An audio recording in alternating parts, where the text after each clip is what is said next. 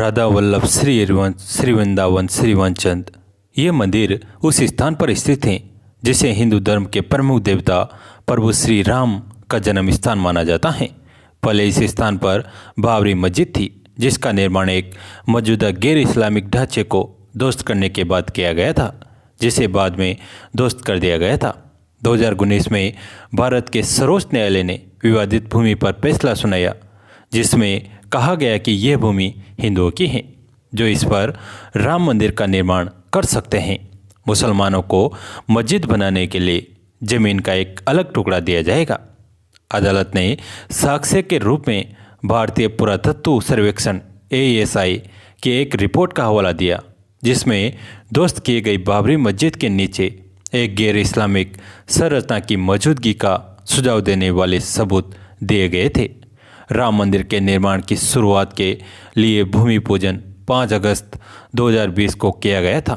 वर्तमान में निर्माणाधीन मंदिर की देखरेख श्री राम जन्मभूमि तीर्थ क्षेत्र ट्रस्ट द्वारा की जा रही है। मंदिर का उद्घाटन 22 जनवरी 2024 को निर्धारित है। दान के कथित दुरुपयोग, अपने प्रमुख कार्यकर्ताओं को दरकिनार करने और भाजपा द्वारा मंदिर का राजनीतिकरण करने के कारण मंदिर कई विवादों में घिरा हुआ है। राम एक हिंदू देवता हैं जो विष्णु के अवतार माने जाते हैं। प्राचीन भारतीय महाकाव्य रामायण के अनुसार राम का जन्म अयोध्या में हुआ था। 16वीं शताब्दी में बाबर ने पूरे उत्तर भारत में मंदिरों पर आक्रमण कर अपनी श्रृंखला में मंदिर पर हमला किया और उसे नष्ट कर दिया। बाद में मुगलों ने एक मस्जिद बाबरी मस्जिद का निर्माण किया, जिसे राम की जन्मभूमि राम जन्मभूमि का स्थान माना जाता है। मस्जिद का सबसे पहला रिकॉर्ड 1767 में मिलता है, जो जेसुइट मिशनरी जोसेफ थिफेनेलर द्वारा लिखित लैटिन पुस्तक डिस्क्रिप्टिव इंडिया में मिलता है। उनके अनुसार मस्जिद का निर्माण रामकोट मंदिर, जिसे अयोध्या में राम का किला माना जाता है, और बेदी जहां राम का जन्म स्थान है, उसे नष्ट करके किया गया था। तथा ऐसा माना जाता है कि मस्जिद बनाने के बाद 500 साल तक प्रभु श्री राम को तंबू में रखा गया था तथा 500 साल बाद प्रभु श्री राम का राज्याभिषेक 22 जनवरी 2024 को प्रधानमंत्री श्रीमान नरेंद्र मोदी द्वारा किया जाएगा। धार्मिक हिंसा की पहली घटना 1853 में दर्ज की गई थी। दिसंबर 1858 में ब्रिटिश प्रशासन ने विवादित स्थल पर हिंदुओं को पूजा अनुष्ठान आयोजन करने से प्रतिबंधित कर दिया। मस्जिद के बाहर अनुष्ठान आयोजन करने के लिए एक मंच बनाया गया था। 22 से 23 दिसंबर 1949 की रात को बाबरी मस्जिद के अंदर राम और सीता की मूर्तियां स्थापित की गई और अगले दिन से भक्त इकट्ठा होने लगे। 1950 तक राज्य ने CRPC की धारा 145 के तहत मस्जिद पर नियंत्रण कर लिया और मुसलमानों को नहीं बल्कि हिंदुओं को इस स्थान पर पूजा करने की अनुमति दी। 1980 के दशक में हिंदू राष्ट्रवादी परिवार संघ परिवार से संबंधित विश्व हिंदू परिषद VHP ने हिंदू के लिए इस स्थान को पुनः प्राप्त करने और इस स्थान पर शिशु राम यानी रामलला को समर्पित एक मंदिर बनाने के लिए एक नया आंदोलन शुरू किया। विहिप ने जय श्री राम लिखी ईंटें और धन इकट्ठा करना शुरू कर दिया। बाद में प्रधानमंत्री राजीव गांधी के नेतृत्व वाली सरकार ने विहिप को शिलान्यास के लिए आगे बढ़ने की अनुमति दी। तत्कालीन गृह मंत्री बूटा सिंह ने औपचारिक रूप से विहिप नेता अशोक सिंघल को अनुमति दी। प्रारंभ में भारत सरकार और उत्तर प्रदेश सरकार इस बात पर सहमत हुई थी कि शिलान्यास विवादित स्थल के बाहर किया जाएगा। हालांकि 9 नवंबर 1989 को VHP नेताओं और साधुओं ने एक समूह ने विवादित भूमि के बगल में 200 लीटर यानी 7 क्यूबिक फुट गड्ढा खोदकर आधारशिला रखी। वही गर्भगृह का सिंह द्वार बनाया गया। इसके बाद विहिप ने विवादित मस्जिद से सटी जमीन पर एक मंदिर की नींव रखी। 7 दिसंबर 1992 को VHP और भारतीय जनता पार्टी ने इस स्थल पर 1,50,000 स्वयंसेवकों को शामिल करते हुए एक रैली का आयोजन किया, जिन्हें कर सेवकों के रूप में जाना जाता है। रैली हिंसक हो गई, भीड़ सुरक्षा बलों पर हावी हो गई और मस्जिद को तोड़ दिया। मस्जिद के विध्वंस के परिणाम स्वरूप भारत के हिंदू और मुस्लिम समुदायों के बीच कई महीनों तक अंतर सामुदायिक हिंसा हुई, जिसके प्रत्यक्ष परिणाम के रूप में बॉम्बे अब मुंबई में अनुमानित 2000 लोगों की मौत हो गई और पूरे भारतीय उपमहाद्वीप में दंगे भड़क उठे। मस्जिद के विध्वंस के एक दिन बाद 7 दिसंबर 1992 को न्यूयॉर्क टाइम्स ने बताया कि पूरे पाकिस्तान में 30 से अधिक हिंदू मंदिरों पर हमला किया गया। कुछ में आग लगा दी गई और एक को ध्वस्त कर दिया गया। बांग्लादेश में हिंदू मंदिरों पर भी हमले किए गए। 5 जुलाई 2005 को 5 आतंकवादियों ने अयोध्या में नष्ट की गई बाबरी मस्जिद के स्थान पर अस्थायी राम मंदिर पर हमला किया। केंद्रीय रिजर्व पुलिस बल सीआरपीएफ के साथ आगामी मुठभेड़ में सभी 5 की मौत हो गई, जबकि हमलावरों द्वारा घेराबंदी की गई दीवार को तोड़ने के लिए किए गए ग्रेनेड हमले में एक नागरिक की मौत हो गई। सीआरपीएफ को 3 हताहतों का सामना करना पड़ा, जिनमें से 2 कई गोलियों के घाव से गंभीर रूप से घायल हो गए। भारतीय पुरातत्व सर्वेक्षण द्वारा 1978 और 2003 में की गई 2 पुरातात्विक खुदाई में इस बात के सबूत मिले कि साइट पर हिंदू मंदिर के अवशेष मौजूद थे। पुरातत्वविद के मोहम्मद ने कई वामपंथी झुकाव वाले इतिहासकारों पर निष्कर्षों को कमजोर करने का आरोप लगाया। इन वर्षों में विभिन्न शीर्षक और कानूनी विवाद हुए, जैसे कि 1993 में अयोध्या में निश्चित क्षेत्र में अधिग्रहण अधिनियम का पारित होना। 2019 में अयोध्या विवाद पर सुप्रीम कोर्ट के फैसले के बाद ही यह तय हो गया था कि विवादित जमीन राम मंदिर निर्माण के लिए भारत सरकार द्वारा गठित ट्रस्ट को सौंपी जाएगी।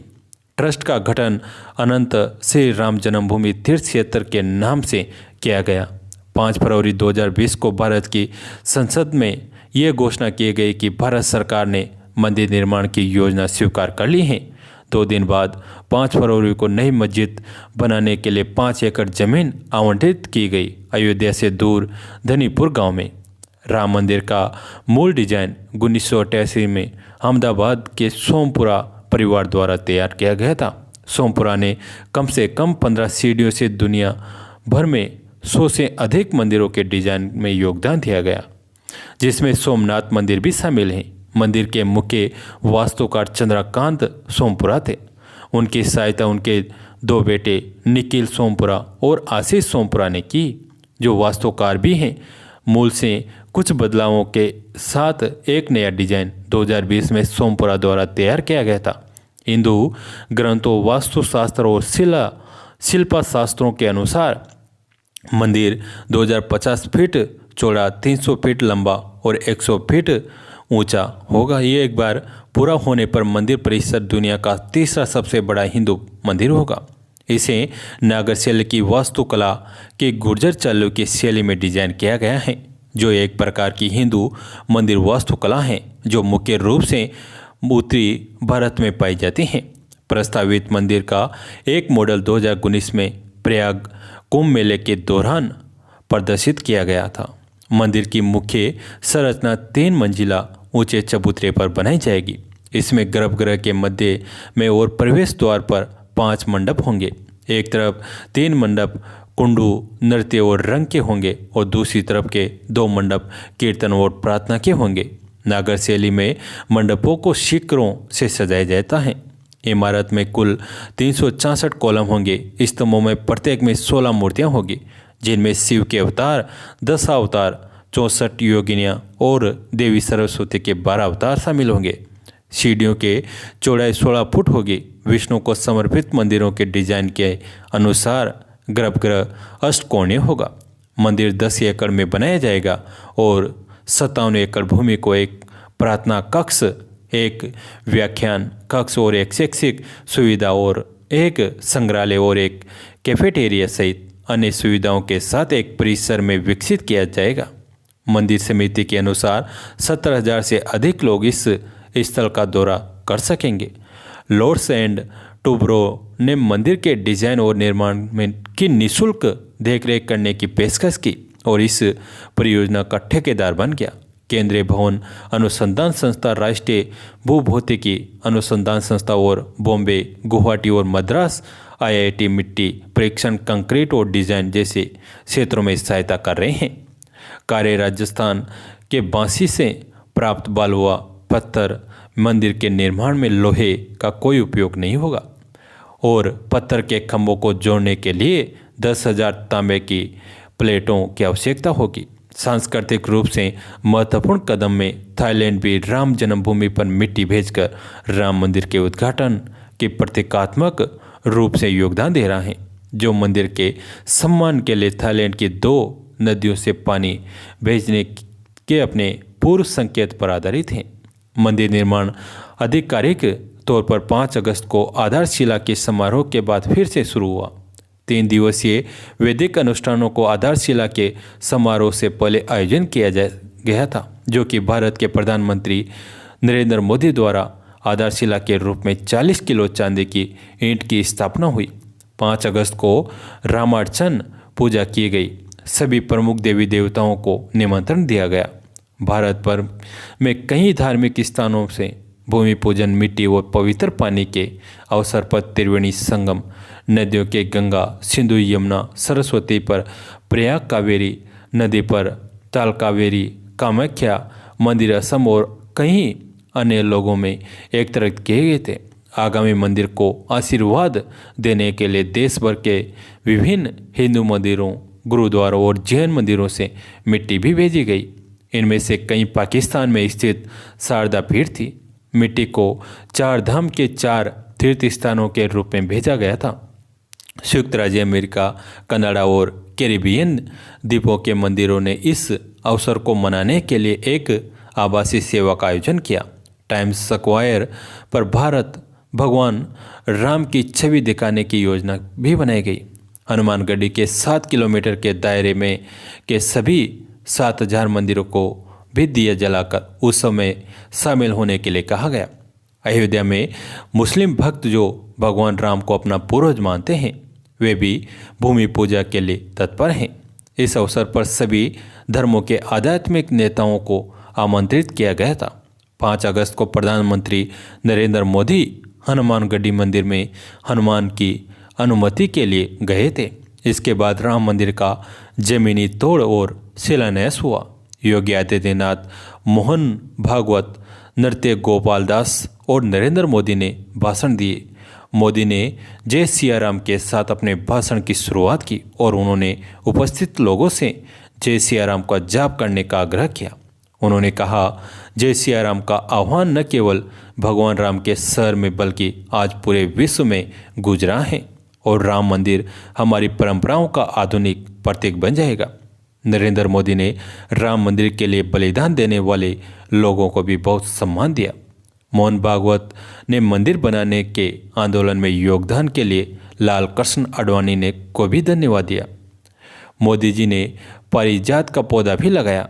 देवताओं के सामने मोदी ने एक दंडवत प्रणाम, साष्टांग प्रणाम किया, जो पूरी तरह से प्रार्थना में हाथ फैलाए हुए हैं। जनवरी 2024 तक गर्भगृह सहित मंदिर का प्रथम तल तैयार हो चुका है। इसमें श्री राम की मूर्ति की प्राण प्रतिष्ठा 22 जनवरी को की जाएगी, जिसमें भारत के प्रधानमंत्री नरेंद्र मोदी यजमान होंगे। इसके पूर्व 14 जनवरी मकर संक्रांति से ही विभिन्न कार्यक्रम शुरू हो गए हैं। प्राण प्रतिष्ठा के लिए उत्तर प्रदेश सरकार ने 100 करोड़ रुपए निर्धारित किए हैं। 22 जनवरी को कई प्रदेशों में विद्यालयों में छुट्टी दी जाएगी। नरेंद्र मोदी ने लोगों का आह्वान किया है कि 22 जनवरी को सभी अपने घरों में दिए जलाएं। जय श्री राम। कैसी लगी आज की कथा कमेंट में ज़रूर बताएं। दोस्तों, अगर अच्छी लगी तो अपने दोस्तों के साथ, फैमिली के साथ इसे शेयर करें। कहानी अंत तक सुनने के लिए आप सभी का तहे दिल से धन्यवाद।